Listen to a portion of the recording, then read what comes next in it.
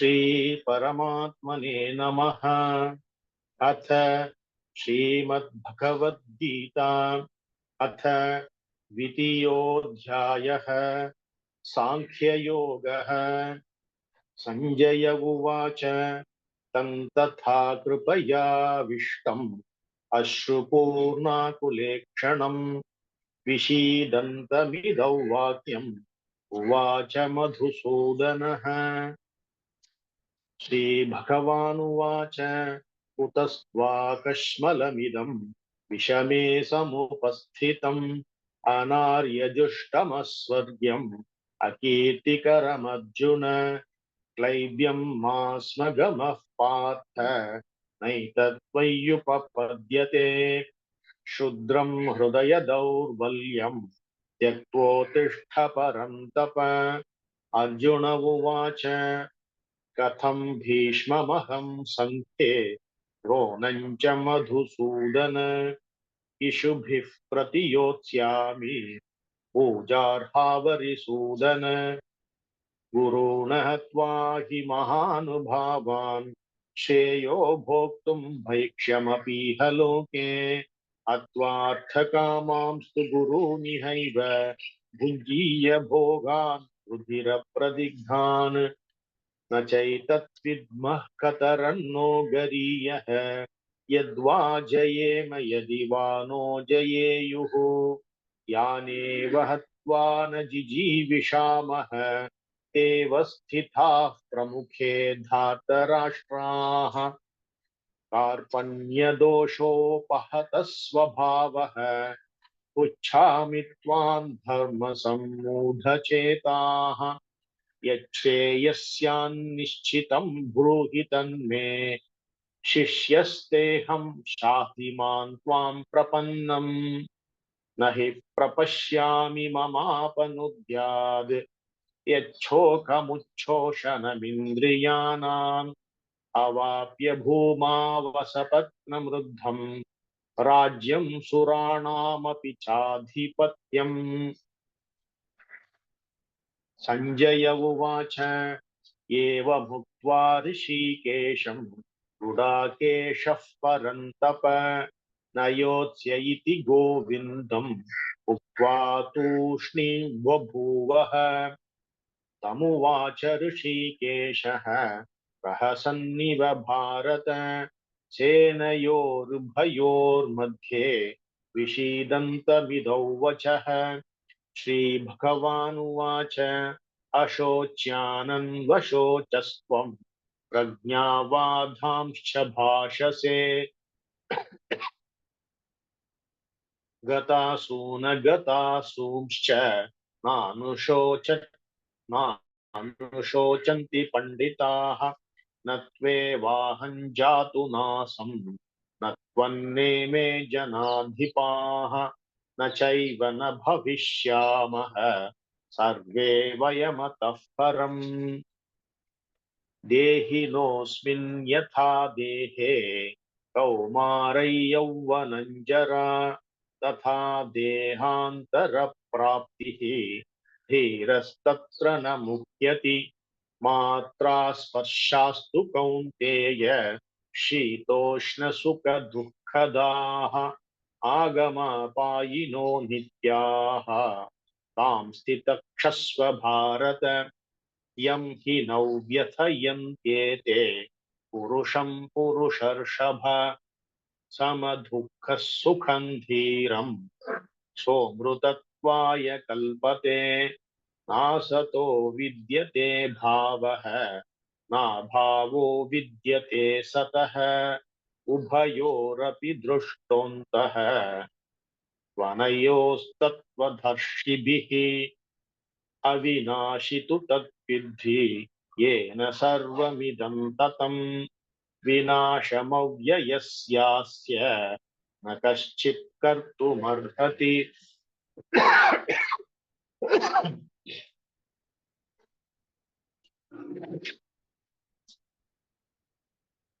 अन्तवन्त इमे देहाः नित्यस्योक्ताः शरीरिणः अनाशिनो प्रमेयस्य तस्माद्युध्यस्व भारत ययेनौ वेत्ति हन्तारम् यश्चैनं मन्यते हतम् उभौ तौ न विजानीतः नायं हन्ति न हन्यते न जायते म्रियता वा न जायते म्रियते वा कदाचित् नायं भूत्वा भविता वा न भूयः अजो नित्यः शाश्वतोऽयं पुराणः न हन्यते हन्यमाने शरीरे वेदा विनाशिनं नित्यं ययेनमजमव्ययम् कथं स पुरुषः पार्थ घातयति हन्तिकम्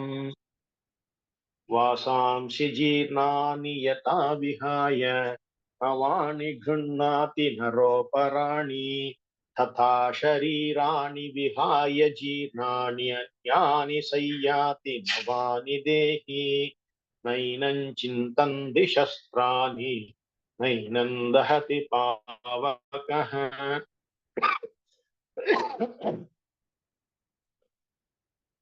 न चैनं क्लेदयन्त्यापः न शोषयति मारुतः अच्छेद्योऽयमदाह्योऽयम् अक्लेद्यो शोष्य एव च नित्यः सर्वगतस्थाणुः अचलोऽयं सनातनः अव्यक्तोऽयमचिन्त्योऽयम् अविकार्योऽयमुच्यते तस्मादेवौ विदित्वैनं नानुशोचितुमर्हसि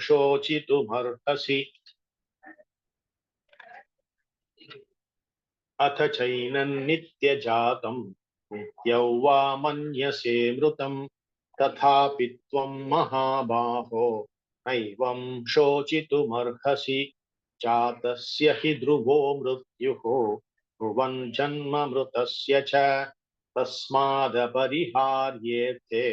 न त्वं शोचितुमर्हसि अव्यक्तादीनि भूतानि व्यक्तमध्यानि भारत अव्यक्तनिधनान्येव तत्र का परिदेवना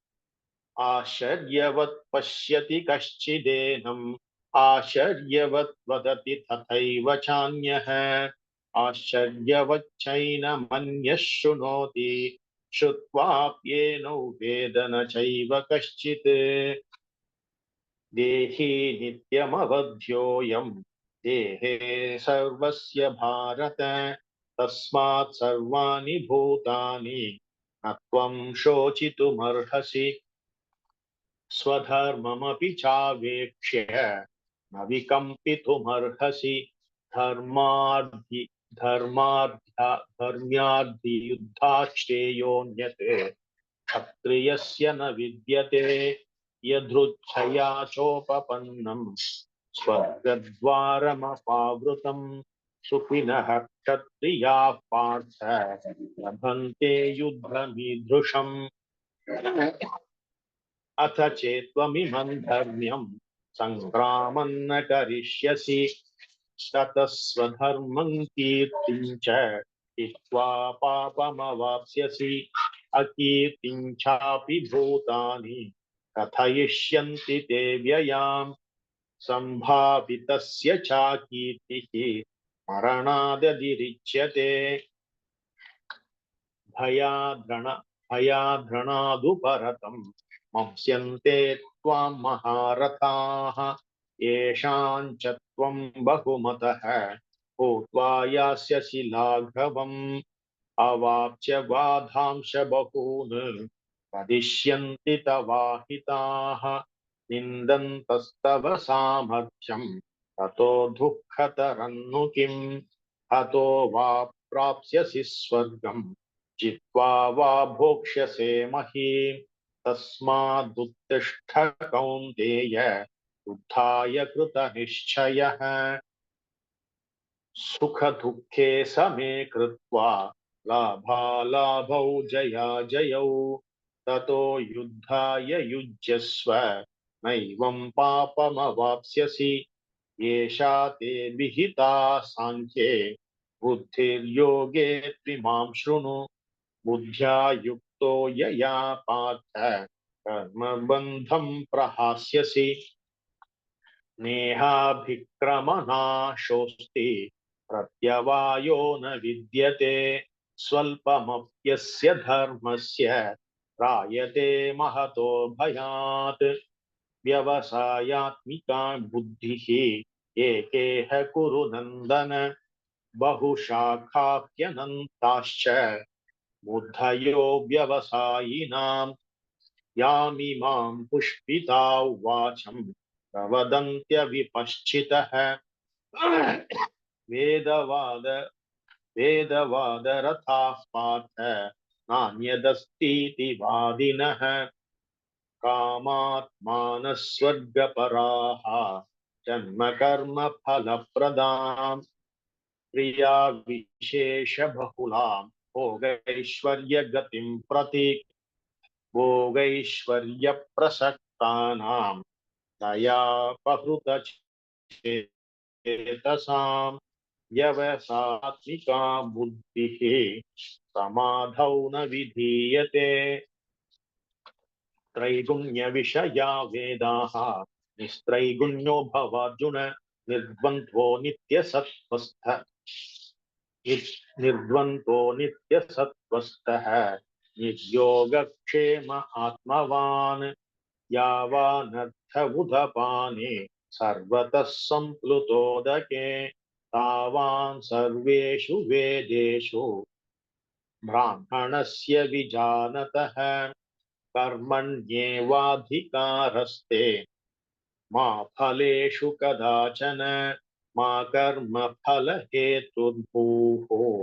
मा ते सङ्गोऽस्त्वकर्मणि योगस्थः कुरु कर्माणि सङ्गं त्यक्त्वा धनञ्जय सिद्ध्यः सिद्ध्योः समो भूत्वा समत्वय्योग उच्यते दूरेण ह्यवरं कर्म बुद्धियोगात् धनञ्जय बुद्धौ शरणमन्विच्छ कृपणाः फलहेतवः बुद्धियोगो जहातीह उभे सुकृतदुष्कृते तस्मात् योगाय युज्यस्व योगः कर्मसु कौशलम् कर्मजं बुद्धियुक्ता हि फलं त्यक्त्वा मनीषिणः जन्मबन्धविनिर्मुक्ताः स्वतं गच्छन्त्यनामयम् यदा ते मोहकलिलं बुद्धिर्व्यतितरिष्यति तदा गन्तासि निर्वेदं श्रोतव्यस्य श्रुतस्य च श्रुतिविप्रतिपन्ना ते यदा स्थास्यति निश्चला समाधावचला बुद्धिः तदा योगमवाप्स्यसि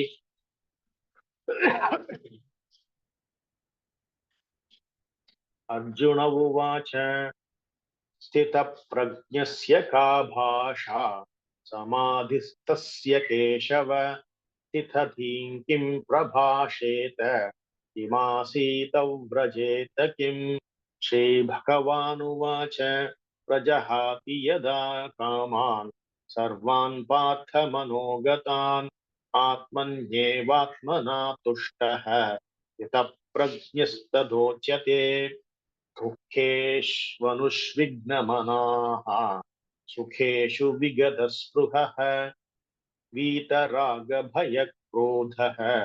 स्थितधीर्मुनिरुच्यते यः सर्वत्राणभिस्नेहः तत्तत्प्राप्य शुभाशुभम् नाभिनन्दति न द्वेष्टि तस्य प्रज्ञा प्रतिष्ठिता यदा संहरते चायम् कूर्मोऽङ्गानीव सर्वशः इन्द्रियाणीन्द्रियार्थेभ्यः तस्य प्रज्ञा प्रतिष्ठिता विषया विनिवर्तन्ते निराहारस्य देहिनः रसवर्जं रसोऽप्यस्य परं दृष्ट्वा निवर्तते यततो ह्यपि कौन्तेय पुरुषस्य विपश्चितः इन्द्रियाणि प्रमाथीनि हरन्ति प्रसभं मनः तानि सर्वाणि संयम्य युक्त आसीत मत्परः वशे हि यस्येन्द्रियाणि तस्य प्रज्ञा प्रतिष्ठिता ध्यायतो विषयान् पुंसः सङ्गस्तेषूपजायते संगात् संजायते कामः कामात् क्रोधोऽभिजायते क्रोधात् भवति सम्मोहः सम्मोहात् स्मृतिविभ्रमः स्मृतिभ्रंशात् बुद्धिनाशः बुद्धिनाशात् प्रणश्यति रागद्वेषवियुक्तैस्तु विषयानीन्द्रियैश्चरन् आत्मवश्यैर्विधेयात्मा प्रसादमधिगच्छति प्रसादे सर्वदुःखानां हानिरस्योपजायते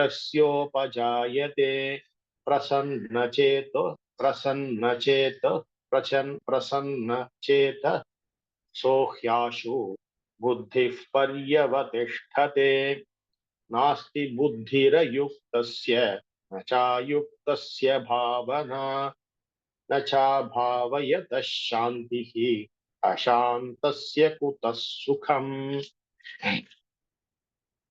इन्द्रियाणां हि चरतां यन्मनोनुविधीयते तदस्य हरति प्रज्ञां वायुर्नावमिवाम्भसि तस्माद्यस्य महाबाहो निगृहीतानि सर्वशः इन्द्रियाणि इन्द्रियार्थेभ्यः तस्य प्रज्ञा प्रतिष्ठिता या निशा सर्वभूतानां तस्यां जागर्ति संयमी यस्यां जागृति भूतानि सा निशा पश्यतो मुनेः आपूर्यमाणमचलप्रतिष्ठं समुद्रपापः प्रविशन्ति यद्वत् तद्वत् कामायं प्रविशन्ति सर्वे स शान्तिमाप्नोति न कामकामी विहाय कामान्य सर्वान् पुमां शरति निःस्पृहः निर्ममो निरहङ्कारः स शान्तिमधिगच्छति एषा ब्राह्मी स्थितिः पार्थ नैनां प्राप्य विमुह्यति स्थित्वा स्यामन्तकालेऽपि ब्रह्मनिर्वाणमृच्छति ॐ तत्सदिति श्रीमद्भगवद्गीतासु उपनिषत्सु ब्रह्मविद्यायां योगशास्त्रे श्रीकृष्णार्जुनसंवादे सांख्ययोगो नाम द्वितीयोऽध्यायः सर्वधर्मान् परित्यज्य मामेकं शरणं व्रज अहं त्वा सर्वपापेभ्यः मोक्षयिष्यामि मा शुचः।